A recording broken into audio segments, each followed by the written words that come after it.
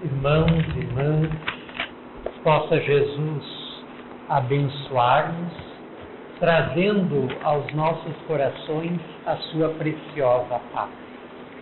Quando Allan Kardec codificou a doutrina espírita na segunda metade do século XIX, um dos primeiros problemas que ele defrontou no trato das questões mediúnicas, na comunicação com o mundo espiritual, foi com o problema da obsessão. E ele vai, assim que publicar o Livro dos Médiuns, no ano de 1861, dedicar todo um capítulo desta obra para estudar este problema. É o capítulo 23 de O Livro dos Médiuns, intitulado Obsessão. Ali, no primeiro item daquele capítulo, que é o item 237, ele define de uma forma muito simples, muito clara, o que é obsessão. Explica Kardec que obsessão é quando um certo espírito exerce um domínio sobre determinada pessoa.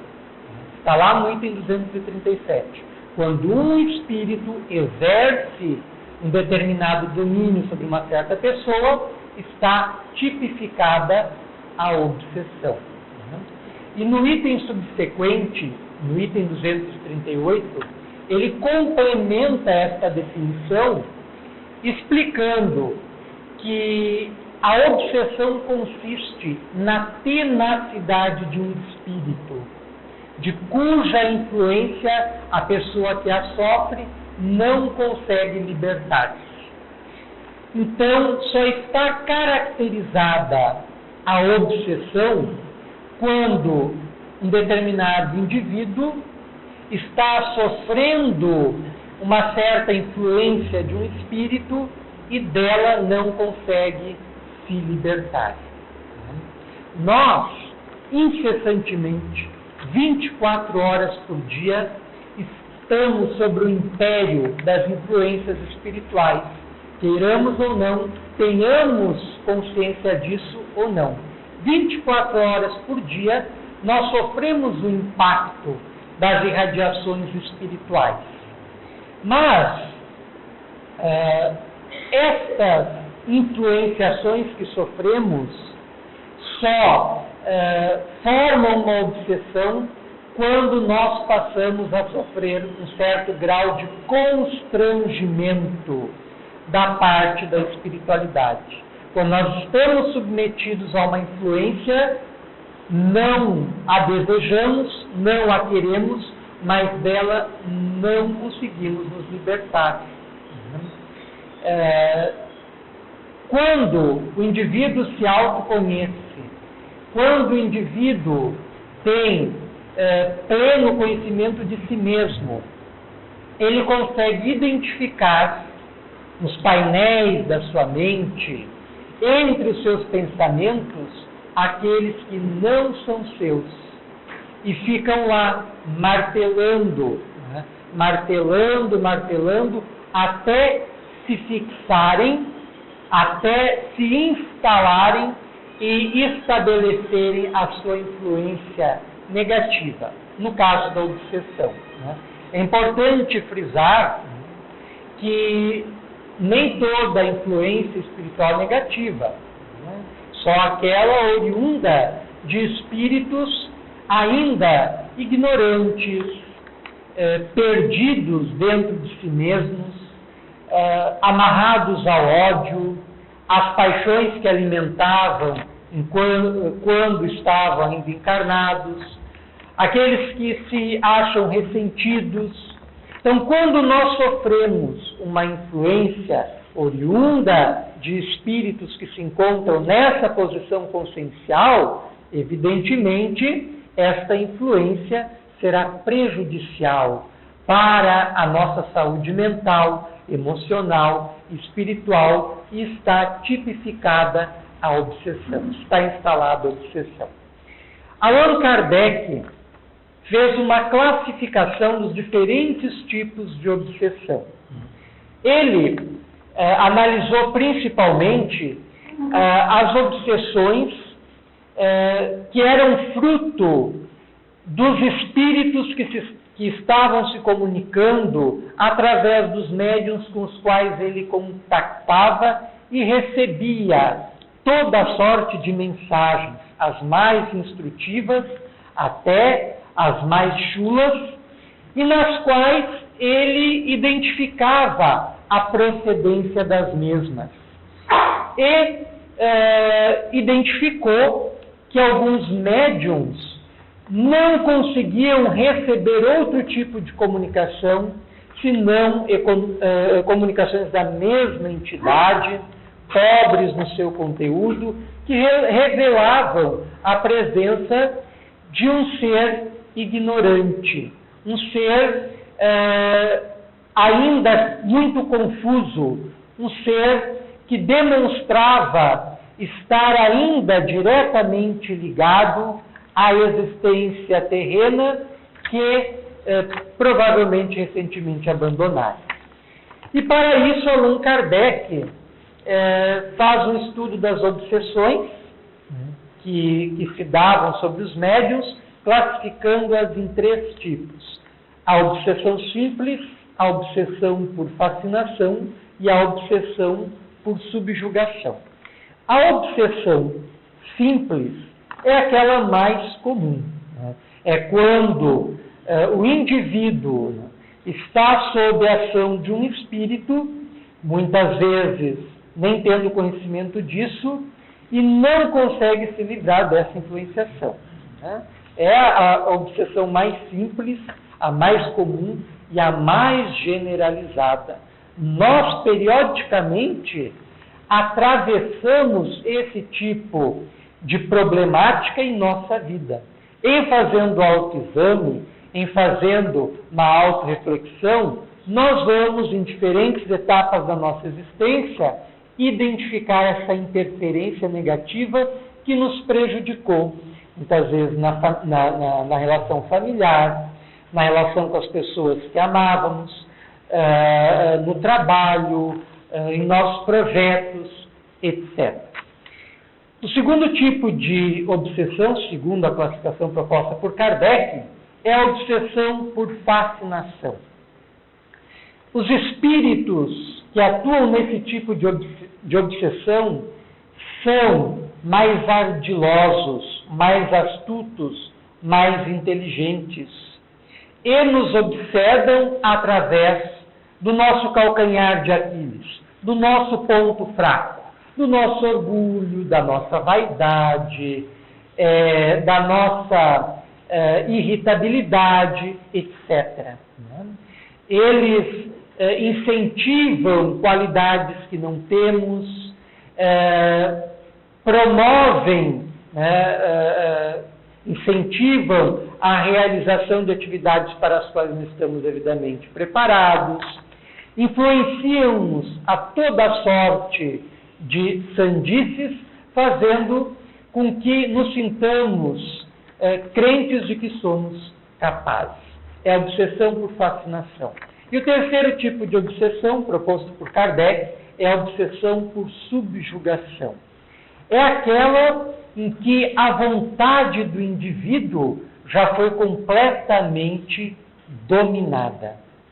E, segundo inúmeras comunicações espirituais, quando ocorre a subjugação, fica, inclusive, difícil aos olhos da espiritualidade ou dos médiuns dotados de clarividência ou vidência, de discernir quem é o espírito encarnado. Se é aquele que de fato está encarnado ou aquele que aquele espírito encarnado se acoplou. Aquele espírito que se assenhoreou daquele outro espírito, daquela outra mente, dominando-a por completo.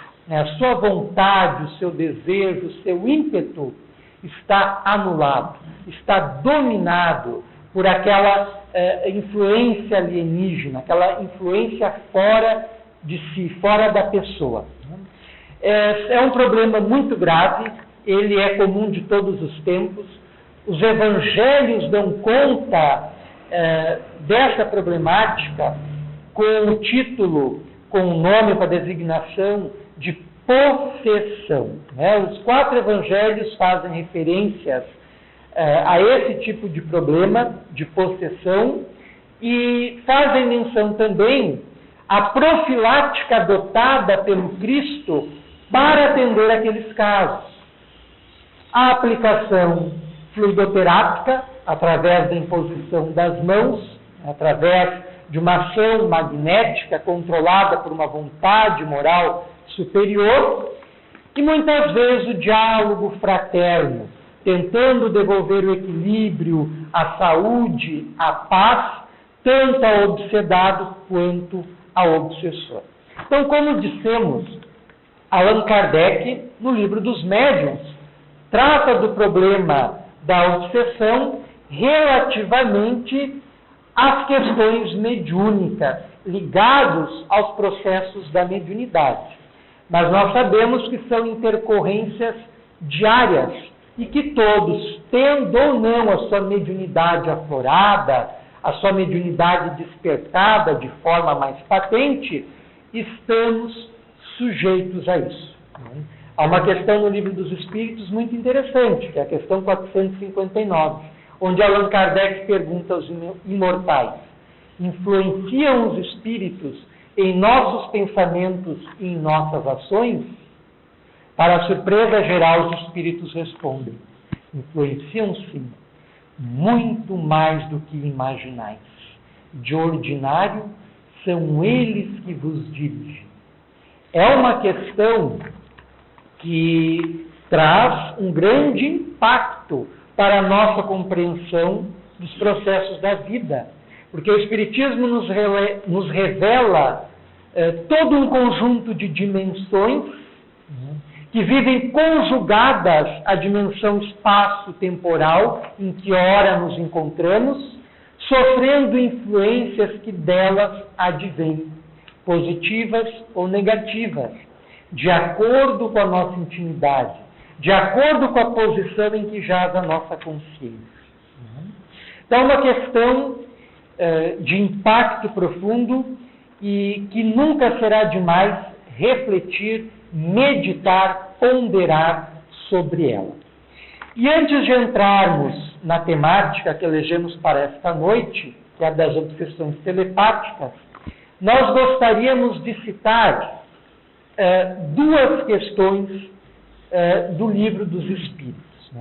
É importante ainda frisar que as obsessões podem ser, embora Kardec tenha estudado basicamente a obsessão de desencarnado para encarnado, as obsessões podem ser ainda de encarnado para desencarnado, de desencarnado para desencarnado e de encarnado para encarnado, que é o tema que nós vamos abordar, vamos entrar em seguida, logo mais.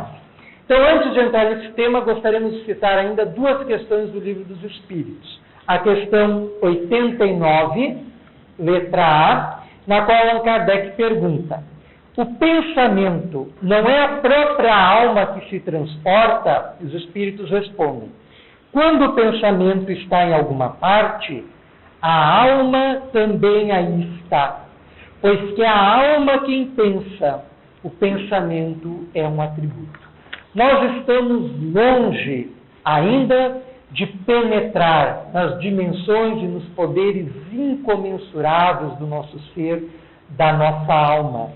Esta questão do Livro dos Espíritos, ela é muito esclarecedora, porque ela revela um aspecto do nosso ser, a elasticidade do nosso pensamento. A resposta é bem clara: quando o pensamento está em alguma parte, a alma também aí está.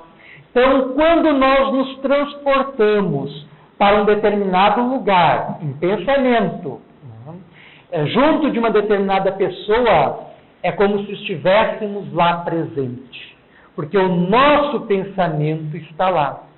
Nós estamos aqui, conscientes, nesse exato momento, mas a nossa mente pode não estar, pode estar em outro lugar, pode estar nos problemas, pode estar nas preocupações, pode estar nas inquietações, pode estar lá em casa, pode estar lá no trabalho, pode estar lá naquele incidente que aconteceu durante o dia e por aí vai. Então a nossa mente se transporta através das irradiações do seu pensamento.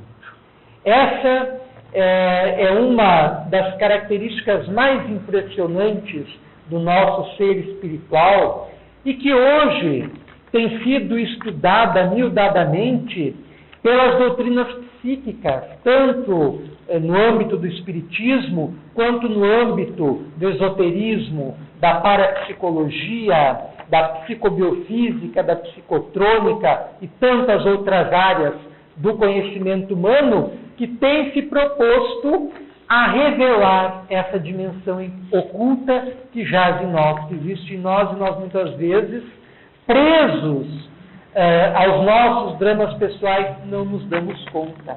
Mas que nós precisamos ir conhecendo para conseguir lidar melhor com as experiências que vivenciamos no clima diário, no nosso dia a dia.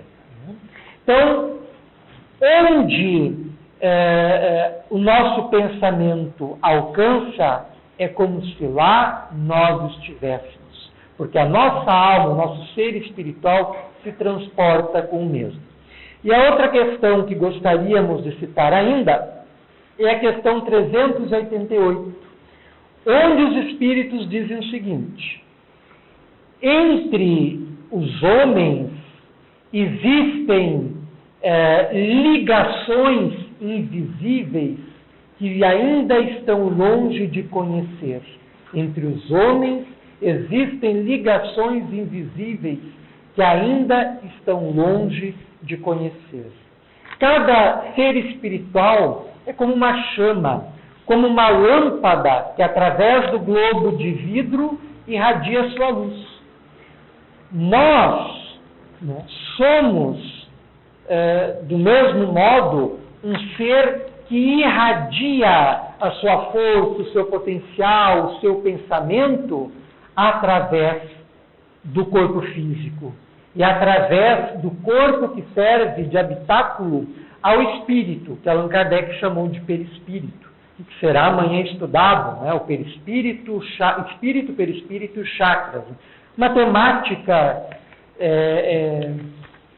muito envolvente e esclarecedora acerca da nossa anatomia e fisiologia espiritual, que a medicina e a psicologia, a psiquiatria moderna, estão apenas explorando, estão apenas tocando, e que já é conhecida em muitas escolas herméticas desde a mais alta antiguidade, desde os templos iniciáticos lá no Egito, na Babilônia, na Grécia, com o pitagorismo, o orfismo, os mistérios eleusinos, entre tantos outros, nos quais se conhecia essas coisas, a realidade espiritual da vida. Então nós somos um ser que irradia, e essas irradiações exercem um impacto no ambiente que nos cerca e entre as pessoas que nos cercam, não importando a distância. É assim que acontece muitas vezes de uma pessoa entrar num determinado lugar onde há uma flor, a gente em casa receber uma determinada visita e ter uma flor, essa flor murchar. Isso é muito comum acontecer. É o impacto das irradiações que nós exaramos, que nós lançamos a partir da nossa mente. E essas irradiações, elas são dotadas de graus distintos, de colorações distintas, de aspectos mais distintos, e estampam de forma criativa tudo aquilo que nós pensamos. Então, muitas vezes, quando estamos apoquentados com um determinado problema, nós estamos materializando aquele problema nesse campo de forças que irradiamos e que é chamado por alguns de aura. E os espíritos ou os médiuns dotados de capacidade para isso nos identificam através das irradiações que lançamos. Sabe, inclusive, os estados de ânimo do nosso ser, de equilíbrio ou desequilíbrio, de alegria ou de tristeza, de contentamento ou infelicidade, através da visualização das irradiações que lançamos de nós. Existe uma física norte-americana chamada Barbara Ann Brennan, que trabalhou durante muito tempo num departamento de meteorologia da NASA, com a física atômica, né, com a área das micropartículas, né, física quântica, e mais tarde interessou-se pelo campo do aconselhamento psicológico e desenvolveu uma faculdade impressionante que ela já tinha quando criança, que é de detectar esses campos de energia. E passou a visualizar, de uma forma muito precisa, conseguindo obter informações da pessoa simplesmente olhando-a, observando-a acuradamente, visualizando o seu campo áurico, o seu campo de radiações, e sabendo como conduzir-se no aconselhamento psicológico das pessoas que vinham pedir-lhe ajuda, pedir-lhe orientação, alcançando, através da manipulação desses campos de força, desses campos de energia, desses campos áuricos, o restabelecimento do equilíbrio e da saúde. Todo esse seu trabalho e estudo, ela descreveu numa obra brilhante, intitulada Mãos de Luz, e que complementou mais tarde numa outra obra chamada Luz Emergente. E é o mesmo que os médiums nas casas espíritas fazem durante as sessões fluidoterápicas de aplicação dos passos. O médium, quando é dotado de uma determinada sensibilidade, ao depositar a mão sobre a pessoa para servir de intermediário das forças espirituais, muitas vezes percebe os estados de ânimo daquela pessoa, os problemas que ela está enfrentando, a angústia, às vezes a dor que a pessoa está sentindo, o médium passa a sentir. Há um caso muito curioso ocorrido com o médium mineiro Francisco Cândido Xavier, que ele se encontrava em serviço fluidoterápico na aplicação dos passes e quando ele impôs a mão sobre a fronte da pessoa que veio lhe pedir ajuda, que veio lhe pedir assistência, ele visualizou todo um crime que a pessoa havia cometido e que ninguém tinha conhecimento, só a pessoa. Só que a consciência culpada daquele indivíduo fez com que o seu pensamento ficasse girando em torno do crime cometido e aquele crime se estampou no seu campo de força. E Chico Xavier, dotado de uma sensibilidade mediúnica inigualável, ao depositar simplesmente as mãos sobre a fronte daquele indivíduo, ao dispensar as energias que ele necessitava para equilibrar-se, visualizou toda a tela mental daquele indivíduo. Então, esse campo de radiações é a fotocópia do nosso mundo íntimo. E para ele nós devemos atentar cada vez mais. Então nós vamos adentrar agora, era necessário esse introito, essa introdução, para nós adentrarmos agora no assunto dessa exposição, que é a obsessão de encarnado para encarnado, ou obsessão telepática. Quando um espírito encarnado consegue obsedar outro espírito que também está encarnado. Isso é muito comum. E muitas vezes nós podemos, porventura, já ter sido obsessor ou obsedado. Né? Toda vez que nós fixamos o pensamento numa determinada criatura, nós estamos influenciando-a. Daí depende da irradiação que estamos enviando para ela, emitindo para ela. Podemos estar influenciando-a para o bem ou estar influenciando-a para o mal. Né? Se estamos influenciando-a para o mal, prejudicando-a, está tipificada a obsessão de encarnado para encarnado ou obsessão telepática. Né? Quando a nossa mente passa a subjugar outra mente, nós temos então uma obsessão de encarnado para encarnado. O espírito André Luiz, numa obra que todos aqui já devem ter lido, uma obra fantástica da sua série André Luiz, Nos Domínios da Mediunidade, que foi publicada no ano de 1954, e que relata aprendizagens mediúnicas que André Luiz, espírito desencarnado, fazia acompanhando o mentor espiritual, Aulus, responsável por uma casa espírita no Rio de Janeiro. E no capítulo 19, intitulado Dominação Telepática, ele descreve um caso impressionante, que nós vamos passar a narrar, para em seguida examinar, e para então constatarmos quão comum é a obsessão telepática, de encarnado para encarnado. Descreve ali André Luiz que eles estavam encerrando um determinado trabalho na casa espírita em que eles se encontravam, quando uma irmã espiritual, que participava das atividades da casa, chamada Teonília, veio pedir o concurso do instrutor espiritual Aulus para socorrer a uma trabalhadora da casa encarnada que estava enfrentando dificuldades.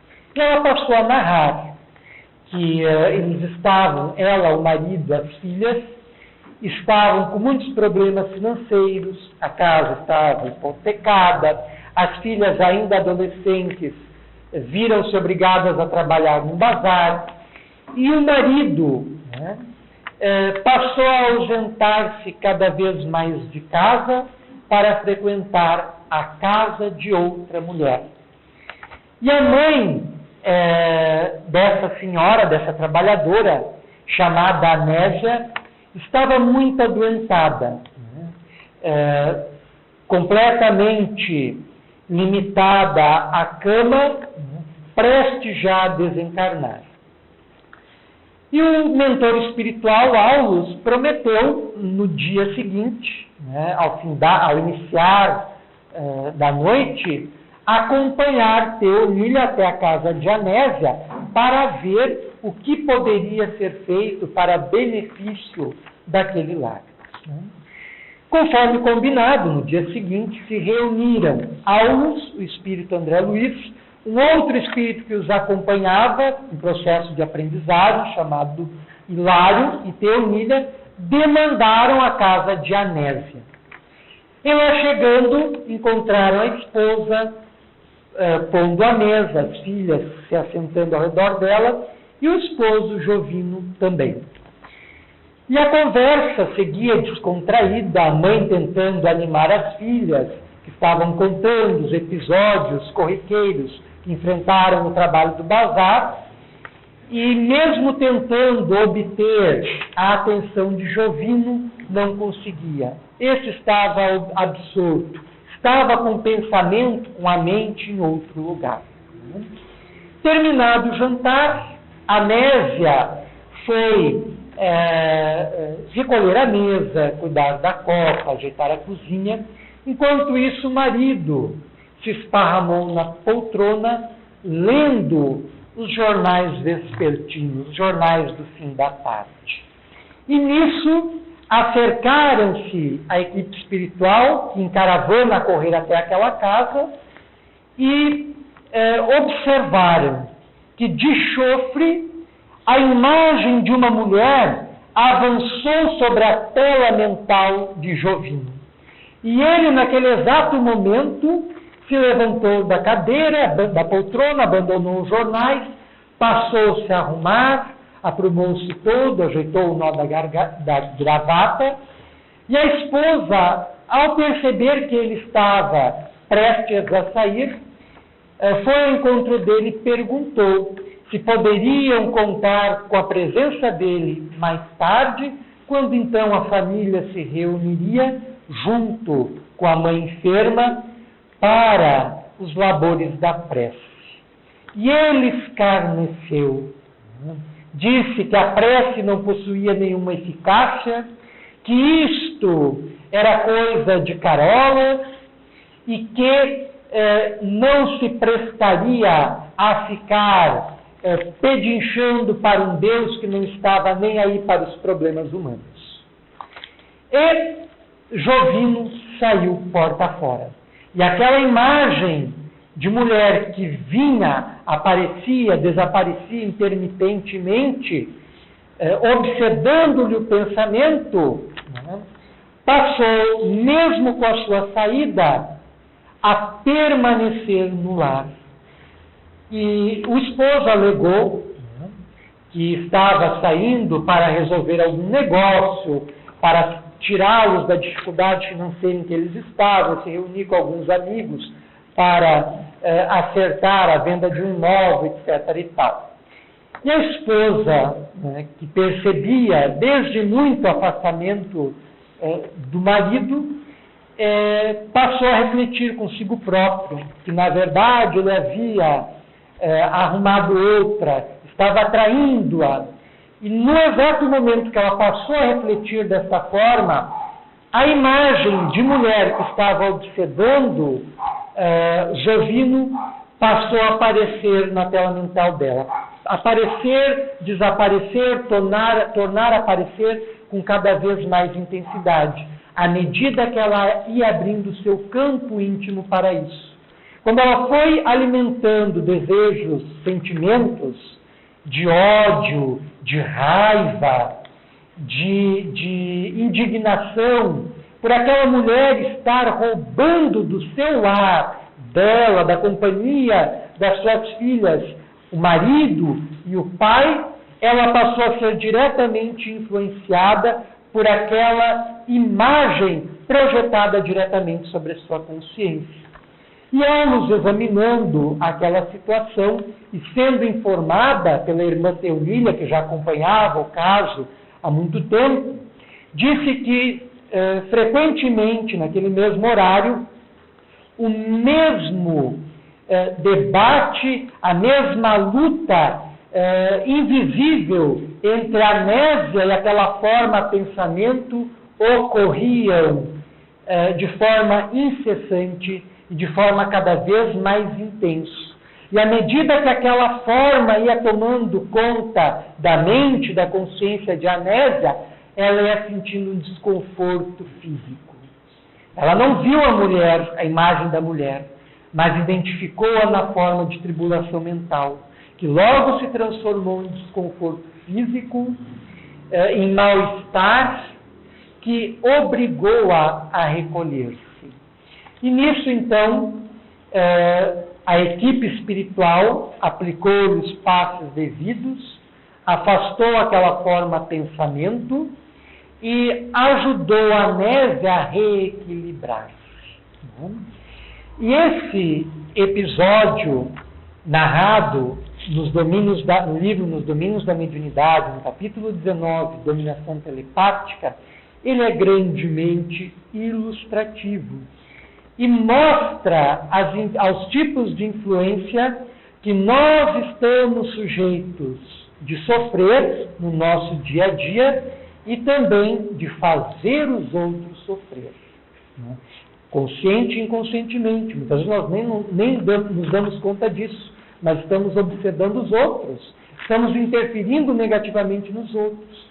Quando alguém nos ofende e nós não conseguimos perdoar aquela ofensa e desencadeamos dentro de nós uma mágoa, né, e ficamos nos martirizando, ficamos presos àquela mágoa e ficamos repisando os nossos pensamentos naquela ação que nos prejudicou e no autor que foi o responsável por aquela ação, nós estamos nos prendendo àquela ação, que se deu em qualquer evento do tempo, geralmente do passado, e também nos prendendo e prendendo a nós o autor daquela ação.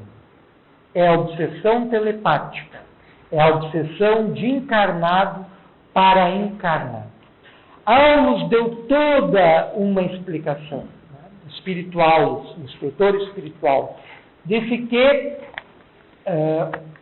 somos chamados pelo mundo maior, seja em nossos lares, seja nas instituições a que nos vinculemos, seja na oficina onde trabalhemos, seja na via pública, a viver com as pessoas com as quais guardemos alguma afinidade interior. Geralmente pelos eventos desastrosos do nosso passado, de outras existências espirituais. As forças do destino que controlam a nossa vida, o nosso dia a dia, de modo imperceptível, acabam por nos aproximar de uns dos outros, seja pelos laços consanguíneos, ou seja através daqueles outros laços, compromissos morais livremente assumidos, como do casamento. Quantos casamentos que se deram em função de ligações já vinculadas ao passado espiritual e que não conseguiram firmar-se, solucionar os dramas já de vidas anteriores e acabaram só sobrando nessa atual experiência. Isso é muito comum. Está aí o alto índice do número de divórcios, que aumenta a cada dia, em função principalmente de não se conseguir vencer as dificuldades que surgem na vida a dois e que tem essa contraparte espiritual. Que nós, infelizmente, mesmo com todo o conhecimento que a doutrina espírita nos proporciona, estamos inabilitados para lidar, para trabalhar. Quantos médiums que veem os espíritos, que ouvem os espíritos, que psicografam mensagem dos espíritos, que psicofonam comunicações dos espíritos, falem, né, em suas missões terrenas. Não conseguem orientar-se devidamente na atual existência, mesmo tendo à sua disposição todas as luzes do infinito, todas as luzes advindas das dimensões do espírito.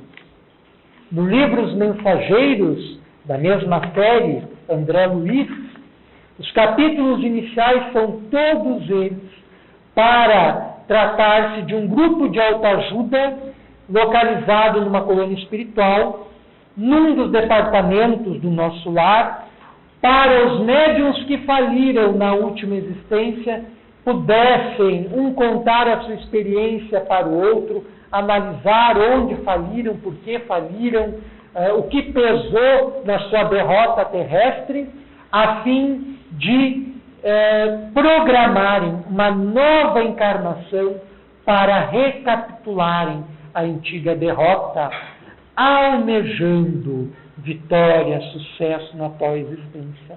É a mesma situação em que nós nos encontramos atualmente.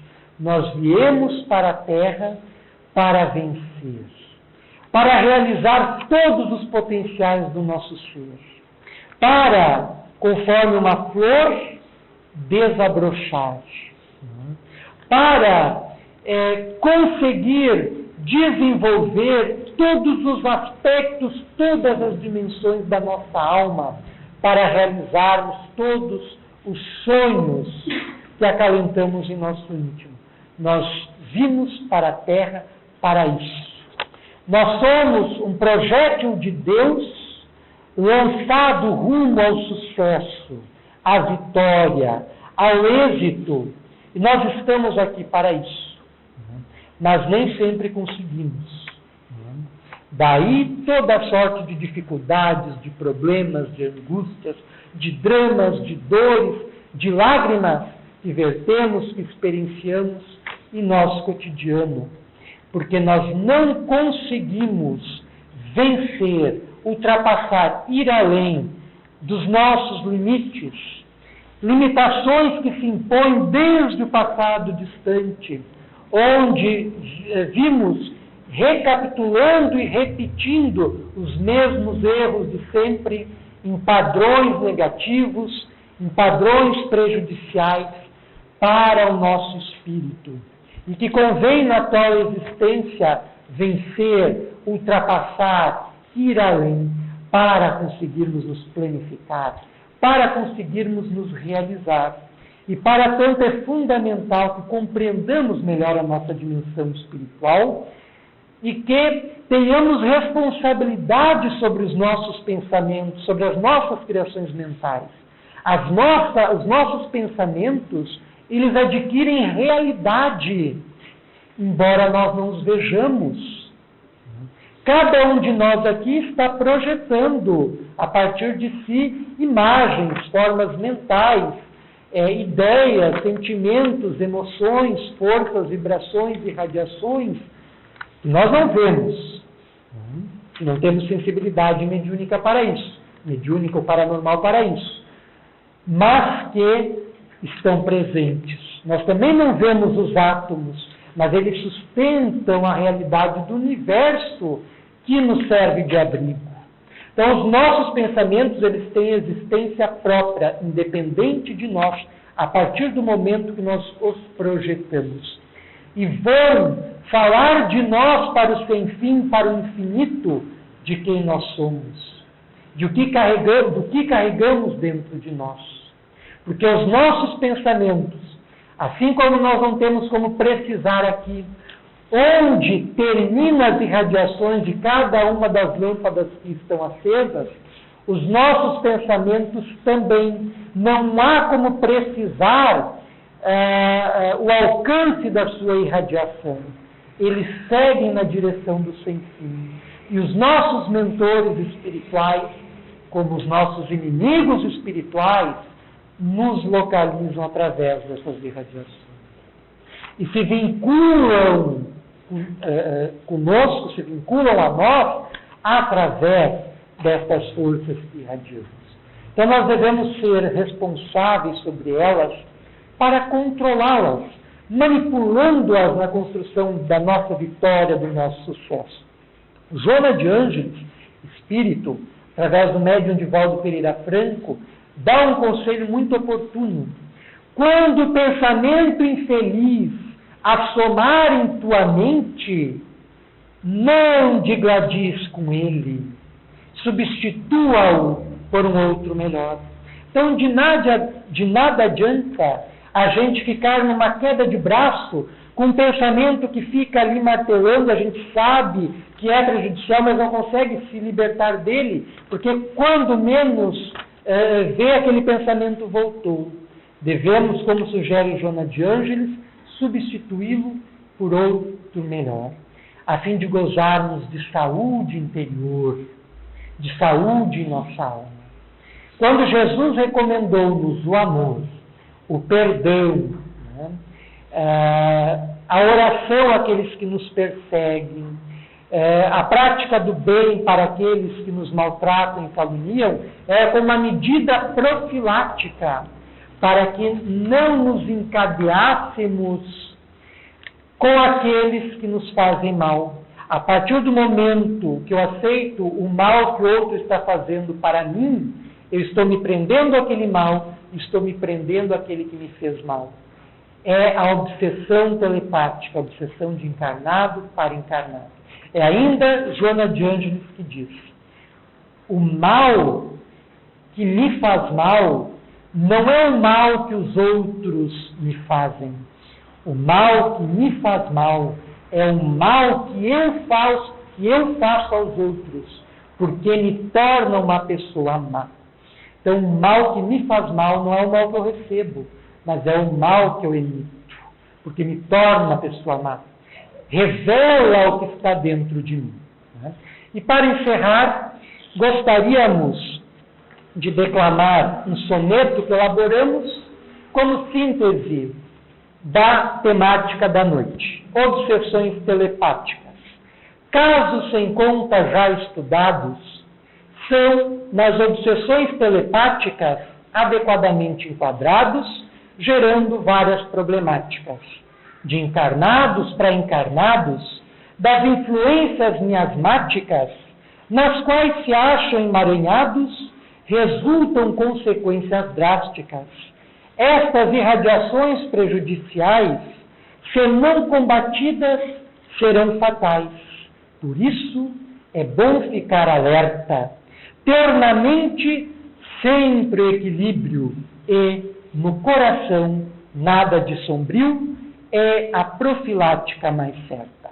Assim, agradecemos a preciosa atenção de todos e rogamos a Jesus, o nosso Mestre, que nos auxilie a nos tornarmos cada vez melhores, conhecedores de nós mesmos e espíritos cada vez mais felizes e livres das cadeias do passado, do ressentimento, do rancor, do ódio, para podermos seguir de forma tranquila, sadia, equilibrada e harmoniosa.